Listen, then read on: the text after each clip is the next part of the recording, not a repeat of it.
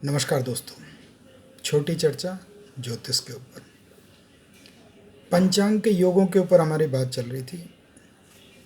पंचांग के योग किस प्रकार से जीवन में घटनाएं देते हैं या उनका महत्व क्या है, उनका सदुपयोग कैसे किया जाए, या उनमें कोई अगर दुष्कर परिणाम लिखे हुए हैं तो उनसे कैसे बचा जाए। एक एक करके हम लगातार योगों के ऊपर चर्चा कर रहे हैं। आज का योग वैघात योग से हम आरंभ करेंगे और लगभग 4 योगों के ऊपर इसमें चर्चा पूरी करेंगे। 27 योगों को पूरा करने के लिए इसलिए आज 4 इकट्ठा कर लेते हैं। साथ ही पीछे एक YouTube पे कमेंट आया किसी और वीडियो के ऊपर कि हमने कुछ तिथियां नवमी, दसवीं, एकादशी ये अपने YouTube पे अपलोड नहीं करी थी।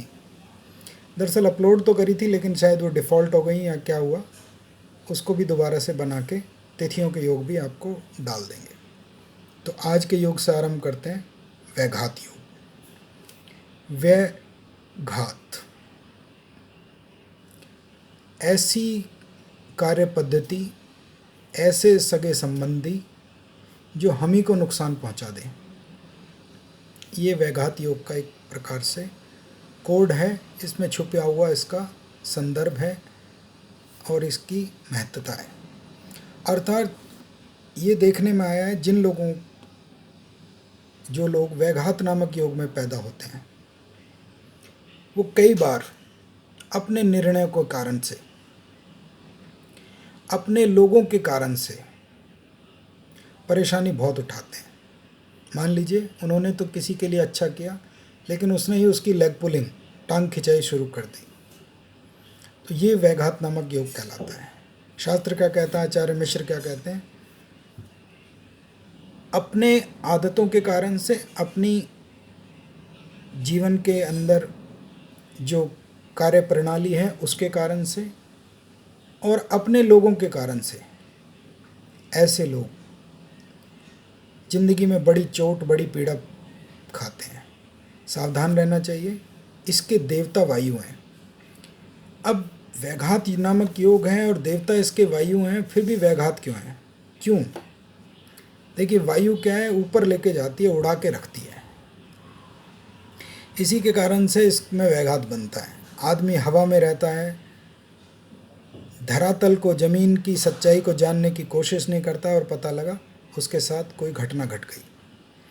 इसलिए वायु सूक्त का पाठ किया जाता है। भगवान हनुमान जी महाराज, मारुति नंदन वायु पुत्र, उनका पाठ किया जाता है। ध्यान क्या रखना चाहिए? जिन लोगों को बहुत आप अपना समझ रहे हैं, कम से कम उनकी एक्टिविटीज़ के, कार्य प्रणाली के ऊपर नज़र रखिए। कहीं ऐसा तो नहीं है वो आप जिनको अनजाने में अपना समझ के बैठे हैं वही आपके लिए कोई ऐसी स्थिति उत्पन्न करने वाले हैं जिससे कल आप परेशान हो सकें।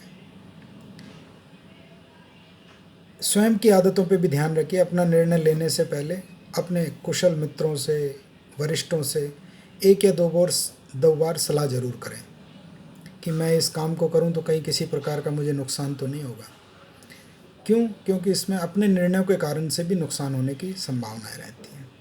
हनुमान जी महाराज का पाठ करें, वायु सूक्त का पाठ करें। वैघात नामक योग से काफ़ी निजात मिलती है, काफ़ी लाभ मिलता है इसके अंदर। हो सके तो ऐसे काम करें जिसमें वायु का कहीं ना कहीं से प्रयोग हो।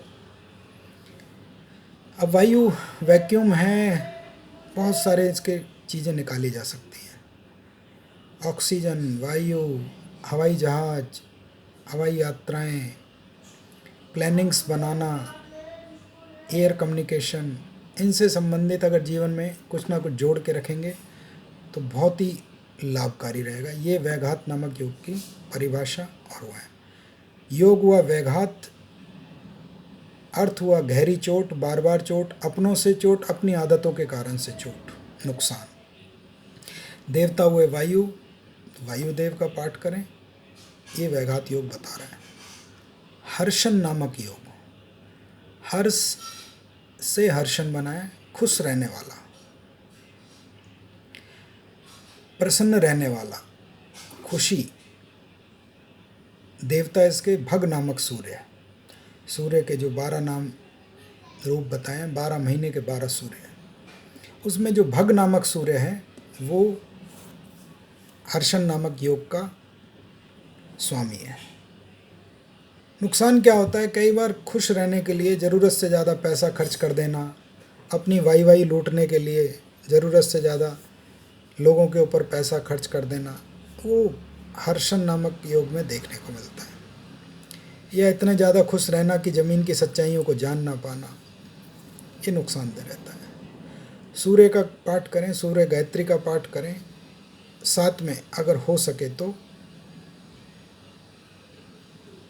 राजा के सानिध्य में, क्योंकि सूर्य हैं तो राजा राजकीय कार्य, राज्य व्यवस्था, उनके साथ नज़दीक रह के कार्य करें, बहुत लाभ मिलेगा। कोशिश करें ज़रूरत से ज़्यादा खुशी के लिए निरर्थ पैसा ना खर्च करें। जीवन की ज़रूरत है, जितना ज़रूरत हो उतना खर्चा करें। योग हुआ हर्षण, अर्थ हुआ खुश, खुशी, खुशहाल। देवता हुए भग नामक सूर्य, सूर्य गायत्री का पाठ करें। वज्र योग, वज्र योग अर्थ हुआ आसमान से गिरने वाली बिजली, और देवता हुए इसके वरुण। बहुत ही अटपटा योग है, जीवन में कई बार बड़ी आपदाएं लेके आ सकता है। राजा इंद्र का जो हथियार है वो वज्र है। जीवन में अचानक से ही घटनाएं घटती हैं, आदमी समझ में नहीं पाता कि मेरी योजनाएं, कार्य प्रणाली सब कुछ ठीक थी, अचानक से ये घटना क्यों घटी। वज्र योग, आसमानी बिजली। सावधानी क्या रखनी चाहिए, योजनाबद्ध तरीके से कार्य करें, आसमानी बिजली से बचें, करंट लगने वाले, विद्युत वाले कार्य, बिजली वाले कार्यों में थोड़ा विशेष सावधानी बरतें। राजा के कोप से बचने की कोशिश करें, राजा का सम्मान करें। योग हुआ वज्र, अर्थ हुआ आसमानी बिजली, देवता हुए वरुण। जल का प्रयोग करें, पानी अपनी योग्यता अनुसार पिएं, जल का सम्मान करें। वरुण देव का पाठ करें, वरुण सूक्त का पाठ करें, नदियों को साफ रखें, लोगों के लिए जलाशय, जल का प्रबंध कराएं, राजा का सम्मान करें। जल से जुड़ी हुई परियोजनाओं के अंदर थोड़ा सा ध्यान दें, कार्य करें, बहुत लाभकारी रहेगा। अगर बिजली विभाग में काम करना ही पड़ रहा है, बिजली से संबंधित, विद्युत से संबंधित काम करना ही पड़ रहा है, थोड़े से चौकन्ने रहें। जीवन में अचानक से कोई घटना घट सकती है। आज का अंतिम योग सिद्धि योग। सिद्धि योग का क्या अर्थ है, परफेक्शन, पूरे तरीके से कार्य को बना के पेश करना। सफलता, देवता इसके गणेश, भगवान गणपति। क्या कहलाता है सिद्धि नामक योग, हर काम के अंदर कुछ परफेक्शन, विशेषता के साथ करना।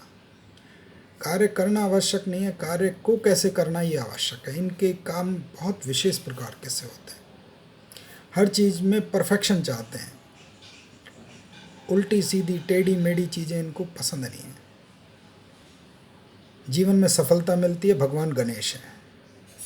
क्या करना चाहिए, सफलता और मिले, थोड़ा सा जहाँ पे स्पेशलाइजेशन, स्पेसिफिकेशन, विशिष्टता, अति विशिष्टता जुड़ी हुई है, उन चीज़ों के काम करें तो बहुत अच्छा रहेगा। भगवान गणपति का पूजन करें, भगवान गणेश का आशीर्वाद लें। हम इन योगों से क्या समझने की कोशिश करें या क्या देखने की कोशिश कर रहे हैं, जो हमें सृष्टि प्रदान करना चाहती है, हम उसी प्रकार से अगर रहें तो बहुत ही अच्छा रहेगा। वैघात, अपनों से नुकसान, हर्षण खुशी, वज्र आसमानी बिजली, सिद्धि परफेक्शन विशिष्टता, सफलता। भगवान गणेश का गणपति सूक्त का, गणेश चालीसा का, गणेश चतुर्थ शीर्ष का पाठ करें, जिंदगी में बहुत लाभ मिलता है। इस प्रकार से हमने देखा आज के 4 योगों में कैसे इनका लाभ मिले और जीवन में कैसे इसको देखना चाहिए, सावधानी बरतनी चाहिए। एक वीडियो और बनाएंगे, इसकी चर्चा यहीं तक। एक वीडियो और बनाएंगे अकाल मृत्यु योग। अकाल मृत्यु का मतलब शारीरिक मृत्यु ही नहीं है, और भी 8 प्रकार की मृत्यु बताई गई हैं। अपमान हो जाना, धन खर्च हो जाना, शरीर का क्षय हो जाना, इस प्रकार से 8 प्रकार की मृत्यु बताई गई है।